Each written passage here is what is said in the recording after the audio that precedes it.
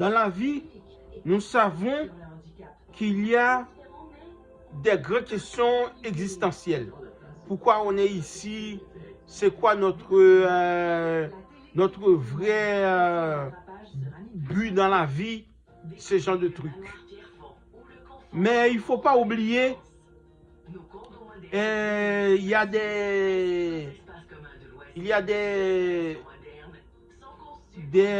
comment dire, des formules qui sont figées dans le temps. Par exemple, rien ne se crée, tout se transforme.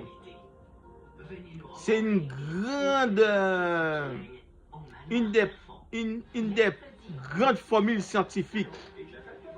Mais par exemple, moi, avec le temps, j'ai pu découvrir que cette même idée peut-être s'applique pour les êtres humains, les espèces. Je pense qu'on vit dans un boucle fermée. Les espèces incluent les êtres humains. Moi, je pense que les espèces sous la Terre est déjà, comment dire, est déjà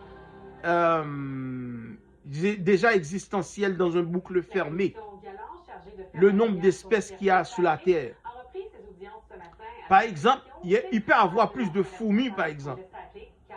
Si on parle des insectes, il y a plus de fourmis comparé aux êtres humains. Et il y en a d'autres espèces qui en a plus parce qu'ils sont plus petits, qu'on pourrait dire. Mais je pense que l'âme qui existe dans les fourmis et qui existe dans l'être humain ou dans les animaux, ça pèse, ça a la même force. Ça n'a pas d'importance si c'est plus petit ou plus grand. C'est aussi important.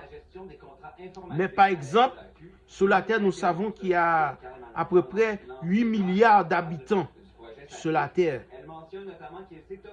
Et les insectes, ça se peut qu'il y en a plus. Si un insecte meurt, il peut remplacer un être humain ou il peut remplacer un autre insecte ou un autre animal. Si un être humain meurt, je pense que l'esprit peut devenir un fourmi, par exemple, ou un autre sorte d'animal. Ça veut dire le nombre d'espèces sur la Terre est déjà existentiel.